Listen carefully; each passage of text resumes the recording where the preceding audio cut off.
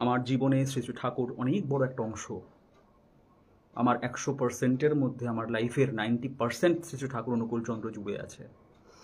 ঠাকুরের সমস্ত কিছু, তার তার জন্ম, তার কর্ম, তার সমস্ত যা বলা কলা সব কিছু আমার আমার অত্যন্ত প্রিয়। কিন্তু সব থেকে শ্রী শ্রী ঠাকুর অনুকূলচন্দ্রের যে বিষয়টা আমার ভালো লাগে, সব থেকে বেশি ইন্টারেস্টিং আমার কাছে, সব থেকে বেশি আগ্রহ অনুভব করি আমি, তার মহাভাব সমাধি, তার বিজ্ঞান মনস্কতা এবং বিজ্ঞানের সঙ্গে ভাব সমাধির তার সংমিশ্রণ, যেটা এর আগে কখনো পাওয়া গেছে কি না আমি আমি আমি জানি না। আমার সেরকম কোনো জ্ঞান নেই। আমি কালকে বলেছি, আমি আজকেও বলছি, আমি আমি অত্যন্ত স্বল্প জ্ঞানী একজন মানুষ। আমার কোনো জ্ঞান নেই, আমার কিচ্ছু নেই, কোনো বোধ নেই, কোনো শিক্ষা নেই, আমার কিচ্ছু নেই। আমি প্রথমেই বলছি, আমি কান ধরছি যে আমি ফেসবুক লাইভে এসে এই সমস্ত কথাগুলো যে বলি, শুধুমাত্র পরমপিতাকে ভালোবাসি বলে বলি। কেন? ভালোবাসার কোনো শিক্ষা লাগে না, ভালোবাসার কোনো কন্ডিশন থাকে না। আমি তাকে ভালোবাসি বলে এই সমস্ত কথাগুলো বলি। আমার সত্যি কোনো শিক্ষাগত যোগ্যতা নেই, কিচ্ছু জানি না আমি। তবুও শ্রী শ্রী ঠাকুর অনুকূলচন্দ্র বিজ্ঞান আর ধর্মকে এক কিভাবে করে দিয়ে গেছে, সেই জায়গাটা আমি একটু আনফোল্ড করার চেষ্টা করছি আজকে, যেটা আমার লাইফের সব থেকে আগ্রহের বিষয়বস্তু। এবং আজকের পর থেকে আমি জানি কোটি কোটি সৎসঙ্গের মানুষের আগ্রহের বিষয়বস্তু হয়ে দাঁড়াবে বিজ্ঞান আর ধর্মের এই এই তালমেল, যেটা এর আগে কখনো পাওয়া গেছে কিনা আমাদের আমাদের সনাতন ধর্মে, বা জানি না। আমার তো বলছি আমার জ্ঞান অত্যন্ত কম, বা অন্য কোনো কোথাও, সেটা ধর্ম তো মানে এক এক না, ধর্মর অনেক ব্যাখ্যা হয়, অনেক দূর ছড়ানো। সেখানে অন্য কোথাও পাওয়া গেছে কিনা সেই জিনিসটা নিয়ে আমি ভীষণভাবে জানতে আগ্রহী। যদি কেউ জেনে থাকুন আমাকে একটু জানাবেন তো, কারণ সত্যি তো আমি জানি না, আমার তো সেই কারণে আজকে আমি চেষ্টা করছি যে যদি আর কিছু ইনফরমেশন আপনাদেরকে দিয়ে যেতে পারি। সমস্ত সৎসঙ্গী গুরু ভাই, সৎসঙ্গী গুরু বোনদের ইনফরমেশন যদি আমি আমার তরফ থেকে কিছু দিয়ে যেতে পারি। আমি জানি আমার এই কথাগুলো শুধুমাত্র সৎসঙ্গে আটকে থাকবে না, তার সৎসঙ্গের বাইরে আরও সব জায়গাতে আমার কথাগুলো ছড়িয়ে যাবে। আমি দিয়ে যাচ্ছি, সেই কথার দ্বারা যদি কেউ উপকৃত হবেন, যদি সেই কথার পরিপ্রেক্ষিতে আপনাদের কিছু বলার থাকে অবশ্যই বলবেন। প্রথম কথা হচ্ছে, আমি একটু ঠাকুর সম্বন্ধে অনেকে জানেন, তবু আমি একটু আলোকপাত করছি। আলোকপাত করার কারণ আছে যথেষ্ট। 1888 সালে শ্রী শ্রী ঠাকুর অনুকূলচন্দ্র পাবনা বলে বাংলাদেশের একটি জেলা আছে, যার একটি গ্রামের নাম ছিল হিমায়তপুর, যেখানকার মানুষেরা সভ্যতার জায়গা থেকে অনেকটা পিছিয়ে ছিল। কারণ তখন ওই সময়টাতে আমরা ঠিকঠাক জায়গা দেখতে পাই কলকাতা, তখন কলকাতা একটা নগর ছিল, এবং তখন ঢাকা একটা নগর ছিল, অন্যান্য কুষ্টিয়াও হয়তো ছিল, কিন্তু পাবনা সেরকমভাবে আলো থেকে বঞ্চিত ছিল, উন্নতির আলো থেকে পাবনা বঞ্চিত ছিল। সেখানে হিমায়তপুর আরও একটা বড় গ্রাম। সেখানে একটি সত্তা জন্মগ্রহণ করে যার নাম শ্রী শ্রী ঠাকুর অনুকূলচন্দ্র, যাকে আমরা শ্রী শ্রী ঠাকুর অনুকূলচন্দ্র বলি। এবং শ্রী শ্রী ঠাকুর বলি কেন, তার সেটা নিয়েও তার মানুষের সমস্যা। বলা হয় উনার একটা শ্রীতে হয় না, উনার নামের আগে আবার দুটো শ্রী কেন বসাতে হয়। তারপর আজকে সকালে যেটা আমি পোস্ট করেছিলাম, যে এই যে আমরা ঠাকুরের সঙ্গে তুলনা করি, অন্যান্য ভগবান অবতারের সঙ্গে তুলনা করি, কেন তুলনা করা হবে? কেন অন্যান্য ভগবান অন্যান্য অবতারের সঙ্গে অনুকূল ঠাকুরকে তুলনা করা হবে? কি আছে অনুকূল চক্রবর্তীর? সত্যি তো, কেন তুলনা করব আমরা? যাই হোক, তো সেই বিষয়ে আমি একটু আলোকপাত করছি। তো সেটা হচ্ছে, উনি জন্মগ্রহণ করেন, তারপরে ওনার শিক্ষা জীবন শুরু হয়। উনি চলে আসেন পড়ার জন্য এই যে আমাদের নৈহাটিতে মহেন্দ্রনাথ বলে কোনো স্কুল আছে, সেখানে উনি পড়তেন। পয়সার অভাবে বেশি দূর পড়তে পারেননি উনি। তারপর গ্রেট স্ট্রিট কয়লার গুদামে থেকে লেখাপড়া করার চেষ্টা করেছিলেন, খুব একটা করতে পারেননি। ওনার অভাব, ওনার দারিদ্রতা ওনাকে নিয়ে গিয়েছিল বাংলাদেশে, থাকতে পারেনি এখানে। উনি মাথা ঘুরে পড়ে গেছিলেন না খেতে পেয়ে থেকে। তো তারপর উনি চলে যান বাংলাদেশে। ওনার অভাব ওনাকে বাংলাদেশে নিয়ে গিয়েছিল। সেখানে তখন এমন অভাব ছিল সংসারে যে উনি ওনার নিজের মাকে বলেছিলেন, মা আমাদের তো বড় অভাব, কি করি বল, তুই মুড়ি ভাজ, আমি মাথায় মুড়ি নিয়ে মুড়ি বিক্রি করে বেড়াবো, ঠিক আছে? এইভাবে দেখ না যদি সংসার চলে। এই ওনার অবস্থা ছিল। তো সেখান থেকে উনি টুকটাক চিকিৎসা বিদ্যা শিখেছিলেন, হোমিওপ্যাথির ডাক্তারি করতেন। এই সমস্ত করতে করতে হঠাৎ ওনার মনে হলো যে মানুষের শারীরিক চিকিৎসা করার বাইরে আরও অনেক গুরুত্বপূর্ণ হচ্ছে মানুষের মনের চিকিৎসা করা, যে মনটা আমাদের শরীরটাকে কন্ট্রোল করে। তাই উনি কী করলেন, মানুষকে সুসংগঠনে আনার চেষ্টা করলেন।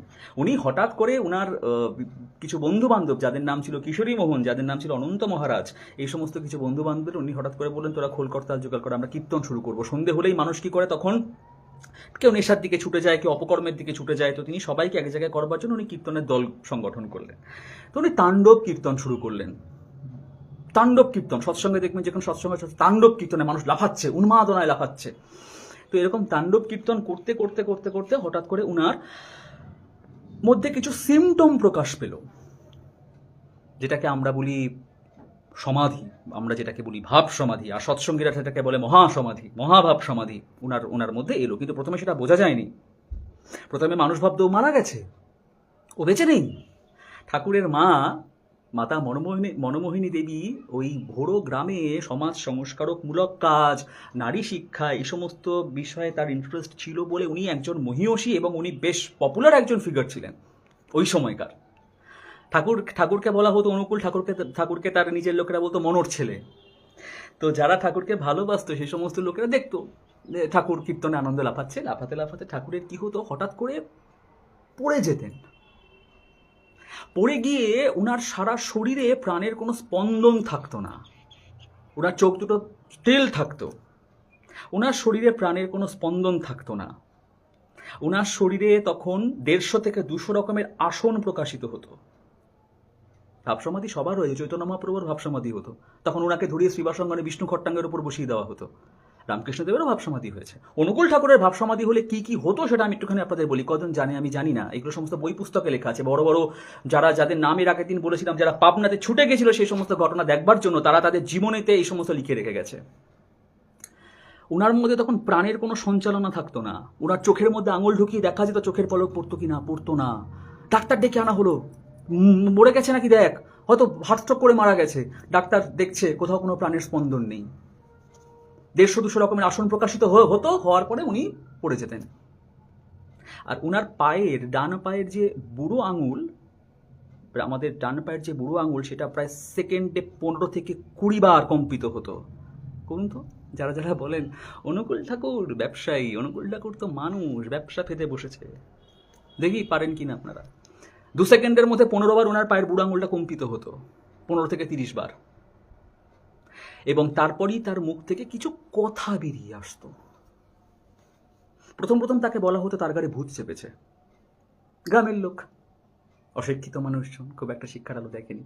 এই মনোর ছেলেকে ভূতে ধরেছে, মনোর ছেলেকে ভূতে ধরেছে, কি সমস্ত বলছে, আমি ভগবান, আমি ভগবান, আমি তিনি, কি সব বলে যাচ্ছে, সমস্ত ভূতে ধরেছে, ডাক্তার ডাক, ওর মাথা ট্রিটমেন্ট করতে হবে। কিচ্ছু হলো না, আরো বেড়ে গেল। তাণ্ডব কীর্তন শুরু হলেই নিজেকে ধরে রাখতে পারতো না, ঝাঁপ দিত। কীর্তন করতে তার ভাবসমাধি হতো, কীর্তন করতে করতে, নৃত্য করতে করতে, উন্মাদ নৃত্য করতে করতে ভাবসমাধি হতো। মুখ থেকে তখন এই সমস্ত বেরিয়ে আসতো। কি বেরিয়ে আসতো? সৃষ্টির রহস্য বেরিয়ে আসতো, যেটা নিয়ে আজকে আমি আলোচনা করব, এবং যার সমস্ত কিছুর প্রমাণ, সায়েন্টিফিক প্রমাণ সবকিছু আমার কাছে আছে, এটার সমস্ত কিছু ডকুমেন্ট আমার কাছে আছে। সৃষ্টির রহস্য বেরিয়ে আসতো তখন তার মুখ থেকে। তখন কি করলো, ওই পাবনা কুষ্টিয়ার যত বড় বড় নামি দামি ডাক্তার, নামি দামি ব্যারিস্টার, তাদেরকে ডেকে আনা হলো। তারা এসে বললো কি বলে এগুলো। তারপর তারা বললো না, বেশ ইন্টারেস্টিং তো। তখন তারা সবাইকে বলে, শোনো, তোমাদেরকে বলে গেলাম, ওর যখন এরকম হবে, ও যা বলবে না সেগুলো লিখে রাখবে, সেগুলো লেখা শুরু করো। তারা বললো ঠিক আছে। এত স্পিডে কথাগুলো বলতো, একজনে লিখতে পারতো না, 3-4 জন সবসময় বই আর পেন নিয়ে বসে থাকতো। যেই হতো ভাব সমাধি, সবাই রেডি, যা বলতো সেগুলো লিখে রাখতো। সেই লেখাগুলো পরে তাদেরকে পড়ানো হতো। এই যে জানকীনাথ বসু, হ্যাঁ, এই যে যারা ছিলেন, দেশবন্ধু চিত্তরঞ্জন দাস, এদেরকে তখন বলা হলো, তখন পেপারে লেখা হতো যে এরম ঘটনা। ওখান থেকে মানুষজন তখন চলে আসতো কলকাতায়, সমস্ত নামি দামি লোকেদের সঙ্গে দেখা করবার জন্য। পাবনা কুষ্টিয়ার বড় বড় মানুষজন তারা চলে আসতো, এসে বলতে, জানেন তো, আমাদের গ্রামে একটা ছেলের বেশি বয়স না, ওই 25, 26, 30 বছর বয়স হবে, তার না এরকম হয়। আপনি একটুখানি চলুন না, আপনারা তো গণ্যমান্য অনেক বড় সড়ো মানুষ, চলুন না, গিয়ে একটুখানি দেখবেন ছেলেটার কি হয়, একটুখানি চলুন না, দেখুন, আমাদের বড় প্রিয় পাত্র, ও কেন এরকম করে, দেখুন না একটুখানি। তারা 1 দিন 2 দিন 3 দিন শুনলো, বলো তাই, চলো তাহলে দেখে আসি। তারা দেখতে গেল, তারা দেখে বললো যে এটা অসম্ভব, এটা কি করে সম্ভব হয়। তখন তাদেরকে বলা হলো যে ভাবসমাধি হচ্ছে, কীর্তন করতে করতে এর মধ্যে অন্য কোনো মহাসত্তার প্রকাশ ঘটছে, এর মধ্যে এটা ভাবসমাধি হচ্ছে। তারপর যে বাণীগুলো পড়া গেল, দেখা গেল সেই বাণীতে তিনি বলে চলেছেন, আমি ভগবান, আমি তিনি। তখনও আলোর উদ্ভব হয়নি, তখন অন্ধকার বলে কিছু ছিল না, তখনও সৃষ্টির সৃষ্টি হয়নি, একমাত্র আমি ছিলাম, আমি তিনি, আমি তিনি, আমি তিনি। নাম দেওয়া হলো প্রথম ৭৩ না ৭৫ দিনের বাণী। প্রথম কয়েকদিনে লেখা যায়নি, যে কদিনে লেখা গেছিল ৭৩ না ৭৫ দিন, সেই বাণী একটা বই হিসাবে প্রকাশিত হলো, যার নাম হলো পুণ্যপুঁথি।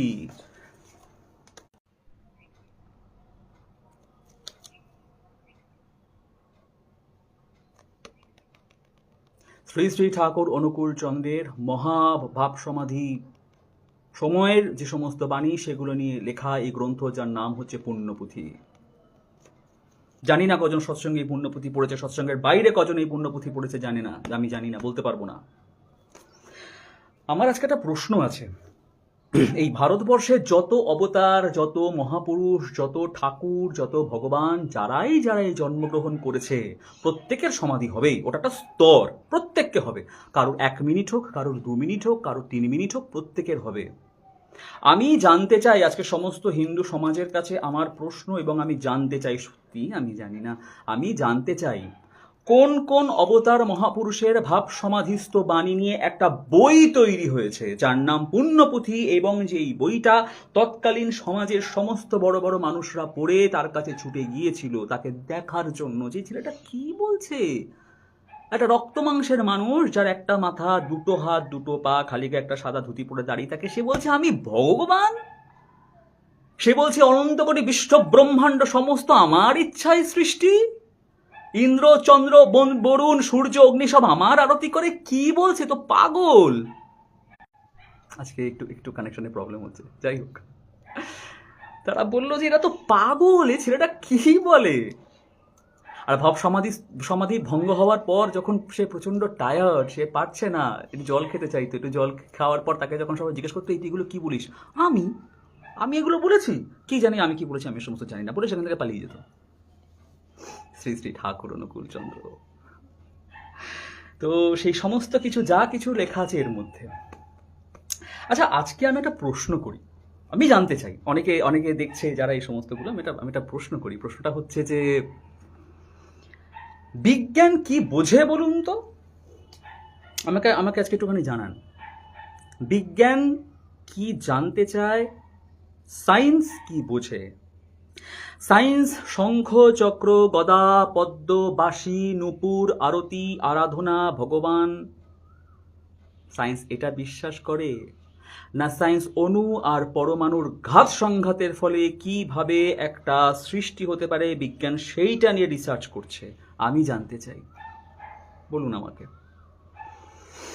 আজকে কোনো বিজ্ঞানীকে যদি আমি গিয়ে বলি যে ভগবান হাততালি দিল, অনন্ত কোটি বিশ্ব ব্রহ্মাণ্ড তৈরি হয়ে গেল, কোন বিজ্ঞানী মানবে? আর আমি যদি কোনো বিজ্ঞানীকে গিয়ে এই বইটা দেখিয়ে বলি দেখুন তো ঠাকুরের মধ্যে কি আণবিক পারমাণবিক সংঘাত কি সমস্ত যেন বলে গেছে, কি যেন আছে এর মধ্যে, দেখুন তো এটা দিয়ে কিছু করা যায় কি না, বিজ্ঞানীরা কি করবে?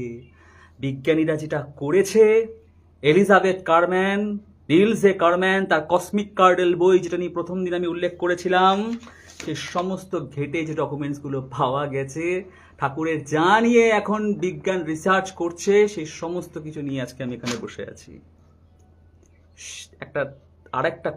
আরেকটা তাস আমি দিয়ে যাচ্ছি সবাইকে। এইবারে শ্রী শ্রী ঠাকুরের থেকে যখন তাকে প্রশ্ন করা হলো এই সমস্তগুলো, যে এগুলো কি, সে বললো আমি এগুলো কিছু জানি না, আমি বলতে পারবো না, কি জানি কে কি বলেছে, আমি বলতে পারবো না, আমি এগুলো কিছু বলিনি। তাকে যখন বলা হতো, সে তখন সেইগুলো থেকে আস্তে আস্তে সরে যেত, আবার হতো ভাব সমাধি, আবার তার মুখ থেকে এই সমস্ত বাণীগুলো বেরোতো। তাকে যখন বলা হতো, সে বলতো ধর আমি হচ্ছি শিবচন্দ্রর ন্যাংলা সাওয়াল, বাংলা ভাষায় কথা বলতো, আমি আবার বাংলা ভাষাটা খুব একটা ভালো পারি না, বলতো আমি হচ্ছি শিবচন্দ্রর ন্যাংলা সাওয়াল, আমি আবার কি জানি, তোরা ঠাকুর বানাইছিস আমারে কেন, আমি ঠাকুর নাকি? তারপর ঠাকুর বলেছিল যে ওই যে হ্যাঁ লোকে তো রান্নার ঠাকুরকেও ঠাকুর বলে, আমি নয় সেটা আমি ঠাকুর, আমি এবার এই সমস্ত কিছু জানি নাকি, আমি কি জানি, আমি কিছু জানি না। এই সমস্তগুলো কিছুদিন চললো। ঠাকুরের একজন ভক্ত ছিল যার নাম কৃষ্ণ, তো ঠাকুরের একজন ভক্ত ছিল যার নাম ছিল কৃষ্ণপ্রসন্ন ভট্টাচার্য, যাকে আমরা কৃষ্ণদা বলে জানি। কৃষ্ণদা আবার এই সমস্ত সায়েন্স নিয়ে ভীষণ ইন্টারেস্ট ছিল, এবং এই ইন্টারেস্টের কারণেই উনি ঠাকুরের কাছে ছুটে গিয়েছিলেন। যখন তখনকার দিনে পেপারে বা মাউথ পাবলিসিটি বা পেপারে যখন ঠাকুরের ভাবসমাধি নিয়ে লেখা হতো, তিনিও তখন ইন্টারেস্ট ফিল করেছিলেন। এটা কে যে নিজেকে বলে আমি ভগবান, হ্যান ত্যান, উমুক তুমুক, তার আবার ভাবসমাধি হয়, কোথাকার কে, সে যাই তো দেখে আসি। ওই দেখতে গেছিল, যারা যারা তাকে দেখতে গেছিল তারা তারাই সেখানে গিয়ে আটকে গিয়েছিল, সে দেশবন্ধু চিত্তরঞ্জন দাস হোক, সে যেই হোক। আর এই ঠাকুরের এই সমস্ত ক্রিয়াকলাপগুলো শুনেই মহাত্মা গান্ধী ছুটে এসেছিলেন ঠাকুরকে দেখার জন্য। সৎসঙ্গের ইতিহাস লেখা আছে, তাদের জীবনের ইতিহাসও লেখা আছে।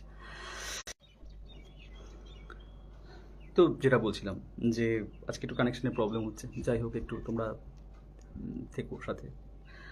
তো তারা তখন ছুটে গেল। শুরু হলো ঠাকুরের সঙ্গে বিজ্ঞান ভিত্তিক আলোচনা, অণুপরমাণুর ঘাত সংঘাত, কলকাতা থেকে যত বড় বড় সায়েন্টিস্ট, সায়েন্স নিয়ে যাদের ইন্টারেস্ট আছে, যারা তথাকথিত ওই ধূপ দিয়ে আরতি, কাসর ঘণ্টা পিটিয়ে পুজো, এই সমস্ত থেকে একটু আলাদা, একটু অন্যভাবে জগৎ ব্রহ্মাণ্ডকে জানতে চায়, সঙ্গে সঙ্গে তারা ছুটে গেল। ছেলেটা কি বলতে চাইছে? আণবিক পারমাণবিক ঘাত সংঘাত, যারা একটা একাডেমিক কোয়ালিফিকেশন নেই, একটা মাধ্যমিক পাস, সে অনুপরমাণু নিয়ে সংশ্লেষণ বিশ্লেষণের মধ্যে কি করে জগৎ ব্রহ্মাণ্ড তৈরি হলো, সেই সৃষ্টির কথা এই বইতে সে বলে গেল কি করে? ছুটে গেল তারা। কেষ্টদা তাকে বারবার বলতে শুরু করলো, বলুন না, বলুন আপনি এগুলো স্বভাব সমাধিতে কি বলেছেন, বলুন বলুন বলুন। কি বলেছিল সেটা আমি এখন পড়ছি, আর সেটা নিয়ে এখন কি রিসার্চ হচ্ছে সেটাও আমি বলি। তিনি বলতে শুরু করলেন পুরোটা ইংরাজিতে। আমি প্রথমটা আমি ইংরাজিতে বলছি এবং তারপর আমি এর বঙ্গানুবাদটা বলবো।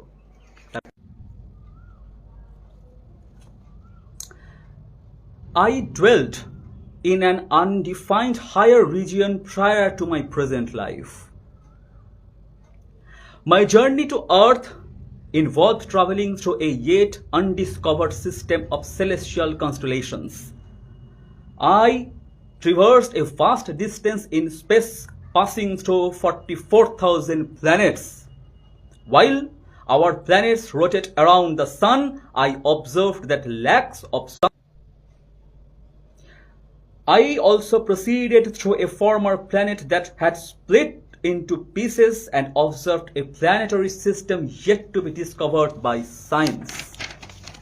Still fresh in my memory is the strange behavior of a unique constellation, a central star surrounded by 4 other stars. The 4 stars appeared red when they appeared the central star and turned blue when they moved away through a principle known to science as the Doppler effect. Search করবেন গুগলে Doppler effect, সায়েন্সের কোন গবেষণার নাম Doppler effect, search করবেন আপনারা। En route to Earth, I stopped at various planets where its celestial beings welcomed me with a grand ovation. Each planet had unique life forms suited to their atmospheres, unlike any found on Earth. I felt a pang of separation as the planetary beings chanted hymns in my praise as I departed from their planet. বাংলাতে একটু পরে বলছি। I finally arrived in our solar system by coming through a ray of light and descending into the sun. I was not burnt to ashes. The sun's interior is very cold. The heat is on its surface. Just think, I descend from inside the sun by a track. If one takes the track from here, would see pitch darkness just on the left and on the right. Not right, rather diagonally he would see light only. He would witness 44,000 planets on the way, one of which is split into pieces. I recall how a prime point let itself explode into millions of hyperatoms. Each hyperatom then burst into millions of super hyperatoms, resulting in an uncut, indivisible, physically inconceivable point. I witnessed that ultimate point, the cosmic soul, create an infinity of being out of itself like thousands of sparks coming from a fire. The souls were destined to live through a series of lives so long as they remained subject to the illusion of personal individuality. ঠাকুর অনুকূল চন্দ্রা। এবারের বাংলাটা পড়ছি। আমি নিজেও অশিক্ষিত, আমি জানি, আমি নিজের মানে বুঝতে পেরেছিলাম না, যাই হোক। তো এর বাংলাটা এবার আমি পড়ি। আমার বর্তমান জীবন লাভের পূর্বে আমি এক অনির্ধারিত উচ্চ অঞ্চলে বসবাস বা বিচরণ করতাম। পৃথিবী অভিমুখে যাত্রা করাকালীন আমি এখনো এমন এক অনাবিষ্কৃত স্বর্গীয় নক্ষত্রপুঞ্জ পেরিয়ে এসেছি। শূন্যের মধ্যে দিয়ে 44,000 গ্রহ অতিক্রম করে আমি এসেছি। আমি দেখেছি আমাদের পৃথিবী যেমন সূর্যকে প্রদক্ষিণ করে, তেমনি লাখ লাখ সূর্য কোনো এক বৃহৎ সূর্যকে প্রদক্ষিণ করছে। আমি এক টুকরো বিভক্ত সাবেক গ্রহের মধ্যে দিয়ে যাত্রা করার সময় এমন এক গ্রহমণ্ডলের দর্শন লাভ করেছিলাম যার হদিশ বিজ্ঞান এখনো পর্যন্ত পায়নি। আমার মনে পড়ে এক বিশেষ নক্ষত্রপুঞ্জের গতি প্রকৃতি। 4টি নক্ষত্র ঘিরে রেখেছে এক মধ্যবর্তী নক্ষত্রকে। যখন এই 4টি নক্ষত্র মধ্যবর্তী নক্ষত্রটির দিকে এগোচ্ছিল তখন তাদের বর্ণ লাল দেখাচ্ছিল, অথচ সরে আসতেই তারা নীল বর্ণে রূপান্তরিত হচ্ছিল। বিজ্ঞানে এই প্রক্রিয়াটির নাম ডপলেস এফেক্ট। পৃথিবীতে আসার পথে আমি বিভিন্ন গ্রহে বিশ্রাম করেছি, যেখানে স্বর্গীয় অস্তিত্বরা আমাকে সমাদরে অভিনন্দন জানিয়েছে। প্রতিটি গ্রহে তার বায়ুমণ্ডল অনুযায়ী প্রাণের ধারাবাহিকতা লক্ষিত হয়েছে। তারা আমার স্তুতি পর্যন্ত করেছে। সেই স্বর্গীয় অস্তিত্বদের থেকে বিদায় নেওয়ার সময় আমি স্বজন বিচ্ছেদের বেদনাও অনুভব করেছি। অবশেষে এক আলোর রশ্মির ভিতর দিয়ে সূর্য অবরোহণ করে আমি আমাদের সৌর জগতে পৌঁছলাম, কিন্তু আমি ভস্মীভূত হলাম না। সূর্যের অভ্যন্তর অত্যন্ত শীতল, তা শুধুমাত্র বাহ্যিক অংশে। সূর্যের অভ্যন্তর থেকে একটি পথ ধরে আমি অবরোহণ করলাম। এই পথের বাঁ ধারে কুচকুচে কালো অন্ধকার, আর তির্যকভাবে তাকালে শুধু আলো আর আলো। এই আলোয় 44,000 গ্রহ দৃশ্যমান, যার মধ্যে একটি খণ্ডিত। আমি স্মরণ করতে পারি কেমন করে একটি প্রধান বিন্দু বিস্ফোরণের পরে হাইপার পরমাণুর রূপ নিল এবং সেই হাইপার পরমাণুগুলি এক একটি সুপার হাইপার পরমাণুর আকার ধারণ করলো, যার থেকে এক অবিভাজ্য শারীরিকভাবে অকল্পনীয় বিন্দুর সৃষ্টি হলো। আমি সেই চূড়ান্ত বিন্দুটিকে প্রত্যক্ষ করলাম, মহাজাগতিক আত্মা, যা নিজের ভেতর থেকে অসংখ্য অগণিত অস্তিত্বের জন্ম দিচ্ছে, যেন আগুনের মধ্যে থেকে অনবরত স্ফুলিঙ্গ বিচ্ছুরিত হচ্ছে। জন্ম জন্মান্তর ধরে আত্মার মুক্তি সেই যদি না সে ব্যক্তিগত অস্তিত্বের বিভ্রম কাটিয়ে পরমের সাথে মিলিত হতে পারে।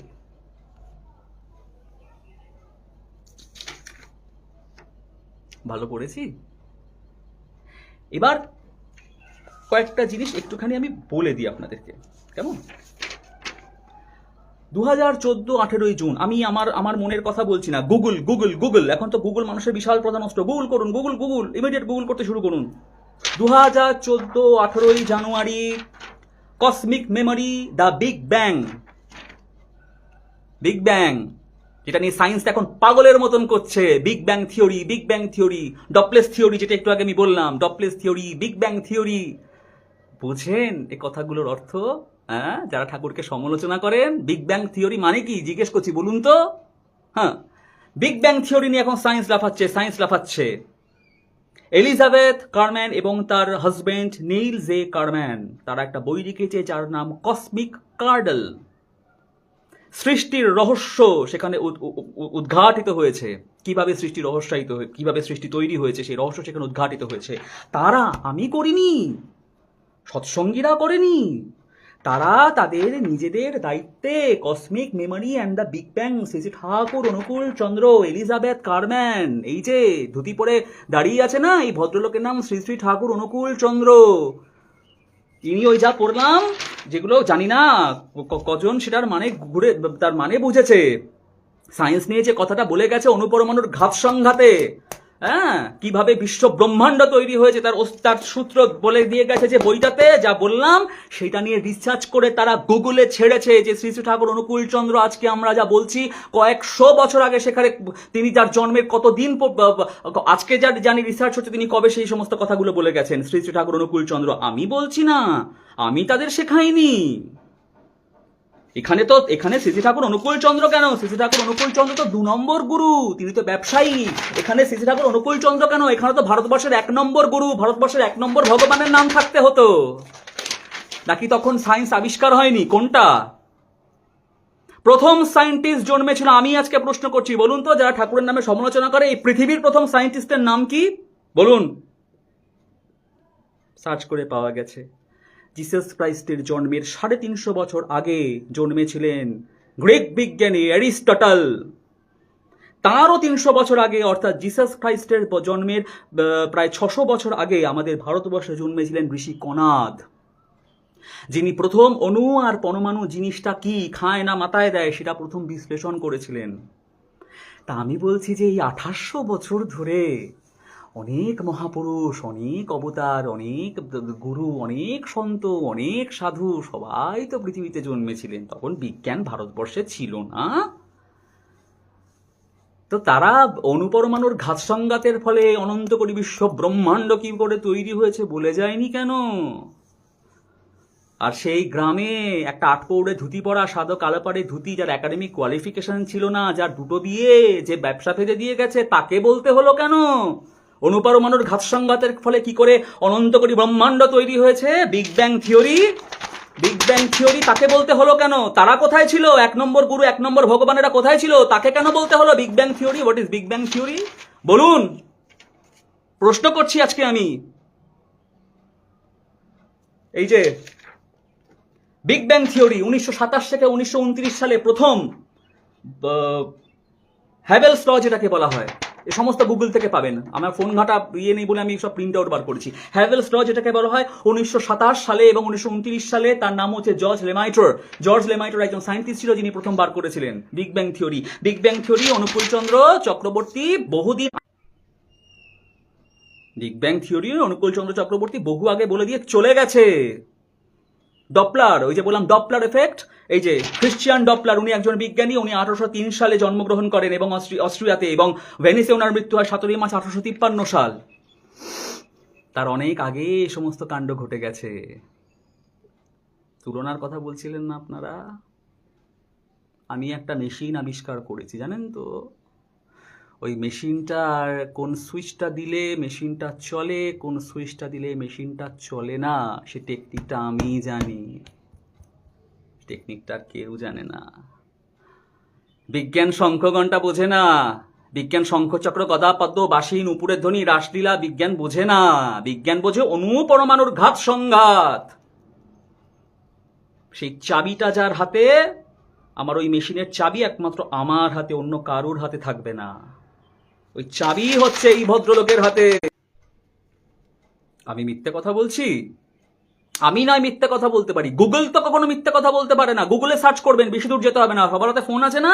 গুগলে সার্চ করবেন কসমিক কার্ডেলা, গুগলে সার্চ করবেন cosmic memory and the big bang theory Thakur Anukul Chandra, Elizabeth কারম্যানের নামটা এখানে লেখা আছে, যারা এসে গবেষণাটা করেছে এটা নিয়ে। বিগ ব্যাং থিওরি, অনন্ত কোটি বিশ্ব ব্রহ্মাণ্ডের এক এবং একমাত্র মালিক আমরা বলি তাকে। এই যে পুণ্যপুঁথিতে বলে গেছেন, বলে দিয়ে গেছেন, এই যে পুণ্যপুঁথির ভাববাণী দেখে নিন, 29 কার্তিক 1324, কন্ট্রাকশন, স্ট্যাগনেশন, এক্সপ্যানশন, এমনি করে এক একটা মণ্ডল তৈরি হচ্ছে। সোহাং পুরুষ পর্যন্ত চৈতন্যের সৃষ্টি। এই সমস্ত বোঝার জন্য এটা দরকার, মুখ চপল চপল করলে হবে না। এই সমস্তগুলো যখন জানাজানি হলো, সায়েন্টিস্টরা যখন তার কাছে গেল, যখন কলকাতার বড় বড় বিজ্ঞানীরা তার কাছে গেল, এই সমস্তগুলো শুনলো, তখন দেশবন্ধু চিত্তরঞ্জন দাস তাকে স্বনির্বন্ধ অনুরোধ করেছিল, ঠাকুর 50 বিঘা জমি পড়বেন, দেশবন্ধু চিত্তরঞ্জন ওনার জীবনী সৎসঙ্গের ইতিহাস পড়বেন, বলবে ঢাকুরিয়া লেকের কাছে, কলকাতার যে ঢাকুরিয়া লেকের কাছে 50 বিঘা জমি আপনাকে দিচ্ছে, আপনি একটা বিশ্ব গবেষণা কেন্দ্র সেখানে তৈরি করুন। ঠাকুর সেটা করেছিল পাবনাতে, আকাশ থেকে টাকা পড়েনি, ভিক্ষে করেছিল লোকের কাছে, সৎসঙ্গীরা গিয়ে ভিক্ষে করেছিল। তখন কেমিক্যাল ওয়ার্কশপ, বিশ্ব গবেষণাগার, নাম হাসপাতাল, এই সমস্ত তখন তৈরি করা হয়েছিল, laboratory, engineering works, paper mill, এই সমস্ত তৈরি করা হয়েছিল। পাবনার মতন ওই গ্রামে প্রথম তপবন গার্লস হাই স্কুল হয়েছিল, 5 জন মাত্র মেয়েকে নিয়ে, পঞ্চানন সরকারের অধীনে। শ্রী ঠাকুর অনুকূলচন্দ্র করে দিয়ে গেছেন। সাহায্য করতেন কারা? অন্যান্য ভক্তবৃন্দরা। কলকাতা তখন বড় বড় মানুষ যারা বসে আছে তারা দিত, তারা জানতো যে এই ছেলেটা করতে চাইছে কিছু। শুধু খোলকরতালার খঞ্জনি বাজালে ধর্ম হয় না, ধর্ম হচ্ছে মানুষকে আলোর পথ দেখানো, ধর্ম হচ্ছে মানুষকে তার তার সৃষ্টির পথ দেখানো, যেটা উনি করে দিয়ে গেছিলেন। আজ থেকে কবে? শুনতে খুব মজা লাগে না? হাসি পাচ্ছে না? অনন্ত কোটি বিশ্ব ব্রহ্মাণ্ড আমার তৈরি, খুব হাসি লাগে না? অনুকূল ঠাকুর এই সমস্ত পাগল কোথাকারকে তার নেই ঠিক। ওইখানে একটা জায়গা পড়লাম, শুনেছেন? এই পথে আসবার সময় অন্যান্য গ্রহে যেখানে গেছিলাম সেখানে তাদের মতন বায়ুমণ্ডল, সেখানে তাদের মতন করে প্রাণের অস্তিত্ব আছে। যারা আমার স্তুতি, আমার অভিবাদন করেছিল। পড়লাম না একটু আগে, তখনও এলিয়েনকে দেখা যায়নি পৃথিবীতে। আমেরিকার একটি পার্টিকুলার জায়গা আছে, একটা গ্রাম আছে যেখানে কাউকে ঢুকতে দেওয়া হয় না। দেখবেন ইউটিউবে সার্চ করে, গুগলে সার্চ করে, যেখানে লেখা আছে এখানে এলিয়েনরা আসা যাওয়া করে। এলিয়েন মানে কারা? যারা অন্যান্য গ্রহে প্রাণের বাসিন্দা, তাদেরকে বলে এলিয়েন। কবে বলে গেছে? তারা আমার স্তুতি, আমার বন্দনা করেছে তাদের মতন করে, যখন আমি সেখানে বিশ্রাম নিচ্ছিলাম। আজকে আবিষ্কার হয়েছে হ্যাঁ এলিয়েন আছে, ইউএফও দেখা যায় আকাশে মাঝে মধ্যে, অন্যান্য গ্রহে প্রাণের স্পন্দন থাকতে পারে। বিজ্ঞান এগিয়ে যায়নি, বিজ্ঞানের অনেক সময় এগিয়ে যেতে, অনেক সময় লাগবে এখন ওই পর্যন্ত যেতে। শুধুমাত্র একটা কথা বলে গেছে, তার উপর ভিত্তি করে একটা বিগ ব্যাং থিওরি তৈরি হয়ে গেল। অনন্ত কোটি বিশ্ব ব্রহ্মাণ্ডর চাবিকাঠি কার কাছে? এক নম্বর ভগবান, এক নম্বর গুরু যারা আছে তাদের কাছে, না ইনার কাছে? তুলনা করলে বড় গায়ে লাগে না? আমি 51 বার গীতা পড়েছি আমার জীবনে, আমি 31 বার চণ্ডী পড়েছি আমার জীবনে, এগুলো আমার শখ। কোথাও আণবিক পারমাণবিক কোনো বিশ্লেষণ, ঘাত সংঘাত তো পাইনি আমি, কোথাও পাইনি তো। এখানে পেলাম কেন? আমি মিথ্যে কথা বলছি? গুগল মিথ্যে কথা বলছে? না এলিজাবেথ কার্মেন এবং নিলজে কার্মেন তারা কসমিক কার্ডেল বইটা মিথ্যে লিখে গেছে? কোথাও পাইনি তো, এখানে পেলাম কি করে? এখানে পেলাম কেন? তাহলে কি মেশিনটা যে আবিষ্কার করেছে চাবিটা তার কাছে? চাবিটা তার কাছেই।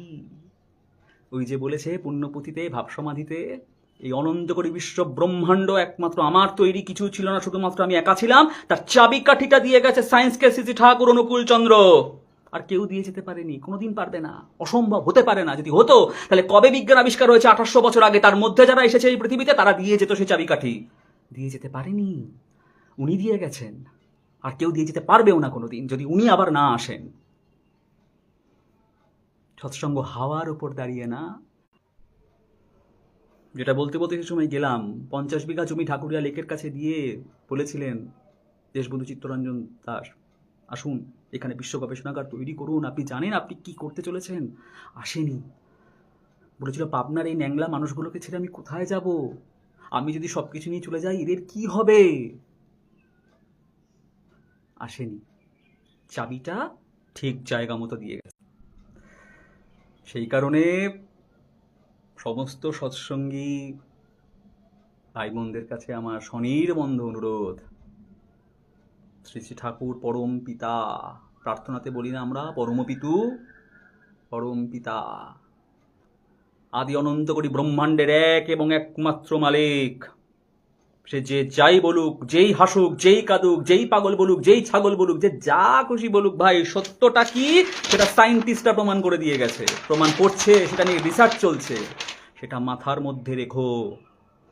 কোনোদিন কোনো ঠাকুর, কোনো অবতার, কোনো ভগবানের সঙ্গে পরম পিতা শ্রী ঠাকুর অনুকূল চন্দ্রের তুলনা করবে না। তার প্রমাণ কি সেটা আজকে এই লাইফটাতে আমি দেখিয়ে দিলাম। বড় গায়ে লেগেছিল না? তুলনা করেছো কেন? আমি বলছি কোনোদিন তুলনা করবে না।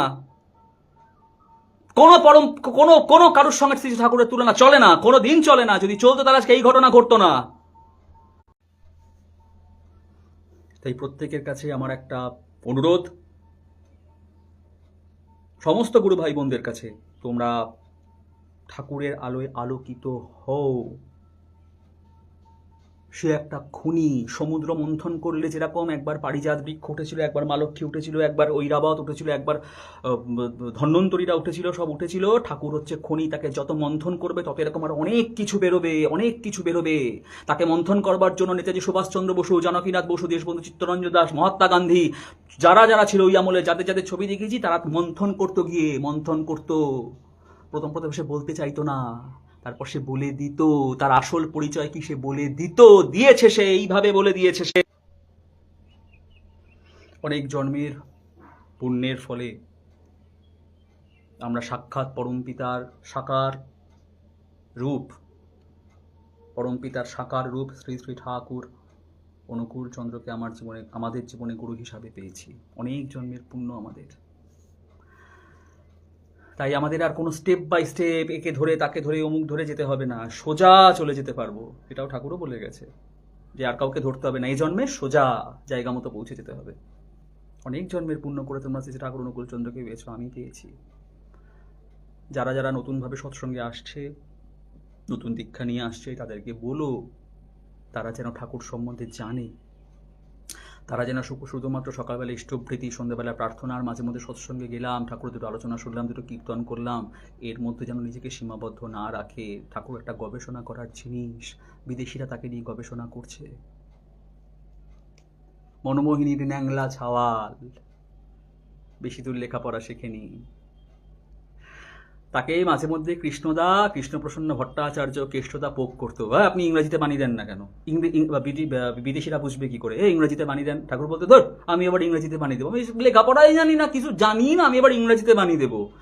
কয়েকদিন বলবার পর গড়গড় গড়গড় গড়গড় গড়গড় করে ভেতরে একটা ইঞ্জিন চলতে লাগলো, আর মুখ থেকে অনবরত শুধু ইংরাজিতে বাণী বেরোতে লাগলো, যার 4-5টা ভলিউম, নাম কি দ্য মেসেজ, যার একটা বাণী পড়ে উদ্ধার করতে গেলে মানুষের গায়ের ঘাম ছুটে যায়। মিথ্যে কথা বলছি? খুঁজে দেখুন, যান, পাওয়া যাচ্ছে সৎসঙ্গের পাবলিশিংয়ে। বইটার নাম হচ্ছে দ্য মেসেজ, তার কতগুলো ভলিউম আছে, এরকম মোটা মোটা বই, যা ইংরেজিতে ঠাকুরের বাণী। একটা মানুষ যে শুধু মাধ্যমিক অব্দি লেখাপড়া করেছে, তার কোনো একাডেমিক সেরকম হায়ার কোয়ালিফিকেশন ছিল না, বলে দিয়ে গেছে ইংরেজিতে বাণী, যার মেসেজ বলে আছে। কোত্থেকে শিখলো? যার একটা বাণী পড়তে গায়ের ঘাম ছুটে যায় তার মানে বার করতে গেলে। ইংরাজি ভাষা আমাদের ভারতবর্ষে এসেছে 1700-1800 খ্রিস্টাব্দে। তারপরে তার অনেক গুরু ভগবান, এক নম্বরই যারা তারা জন্মগ্রহণ করেছে, তাই 2 নম্বরটা এত ইংরাজি বলে দিয়ে গেলে 1 নম্বরগুলো কি করছিল? তাদের মন্থন করলো, তাদের মুখ দিয়ে আর ইংরাজিতে বেরোয়নি কিছু,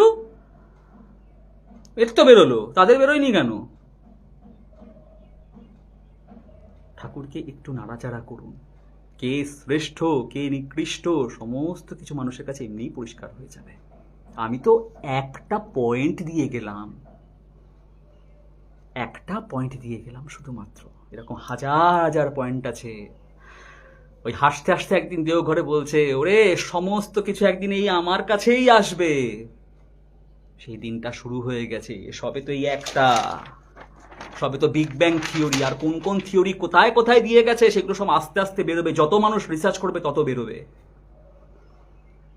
আমার জীবনের সব থেকে বড় ইন্টারেস্টের বিষয় ছিল ঠাকুরের বিজ্ঞান এবং তার ভাবসমাধিতে সে যে বলে গেছে আমি আদি বিশ্বব্রহ্মাণ্ডের সৃষ্টির উৎস কারণ। ছোটবেলায় পড়তে আমার ভাবতাম, কি বলে ধুতি পরা লোকটা এই সমস্ত ভুলে গেছে। আমি যখন তখন ভাবতাম, ছোট ছিলাম তো, ভাবতাম এই ধুতি পরা খালি গায়ে এই লোকটা এই সমস্ত ভুলে গেছে। এর তো 2 হাত 2 পা একটা মাথায়, কি করে আদি অনন্ত কোটি ব্রহ্মাণ্ড বানালো, কি করে বানালো? এইভাবে বানালো। আজ বড় হয়ে বুঝতে পারছি কিভাবে সে বানালো। সায়েন্স আর ধর্ম ওই এক জায়গাতে এসে এক হয়ে গেছে, যা কেউ আর আগে এক করতে পারেনি।